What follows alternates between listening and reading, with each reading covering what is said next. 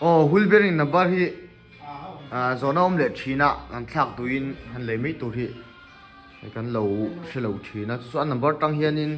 eng model eng company po khalei lam han thei ve ka ama le an hnung hi chu ai nanga ni number hi chu kan lo sin se don ni o 6203 ani a bearing number hi ama le hnung hi chu inanga e paru pani bial pathum ani chu chuanin a sprocket bearing ve thung hi chu alliance sprocket bearing a chunga mi alian deuh kha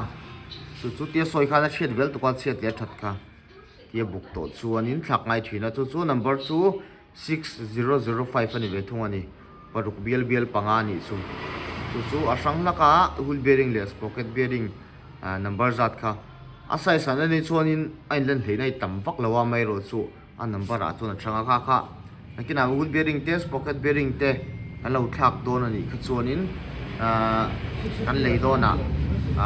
ro khonnom lo na khan number zat ka lo hretai la amai ro chu tuna ka soi big kha UCEB ka ni o classic electra ti te hei I 100 watt an ti chi te nia I 650 ti vel te ka chu dang le kha chu nakina video danga a number zat ka chu I abait den ka lo soi le tu rangai la thange thil hi chu ama saber hi alo hu ber zela chuan tuna kan hmu lai hunter hei Royal Enfield ho khane tam khop mai tuna Mizorama nei pon tama hi ama saber ani Mizoram Hunter saber ani a number hi X 9459 ani Hunter lo chuak kan Mizoram anei saber ani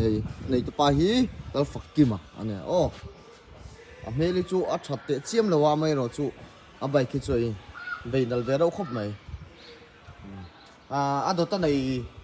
masaber doctor ti vel ka chu ka se to ta che lawa amai ro chu hei chu masaber ti chu 100% in kan chiang ani ti chon he tai kan sticker in bel boka masabel koi view mai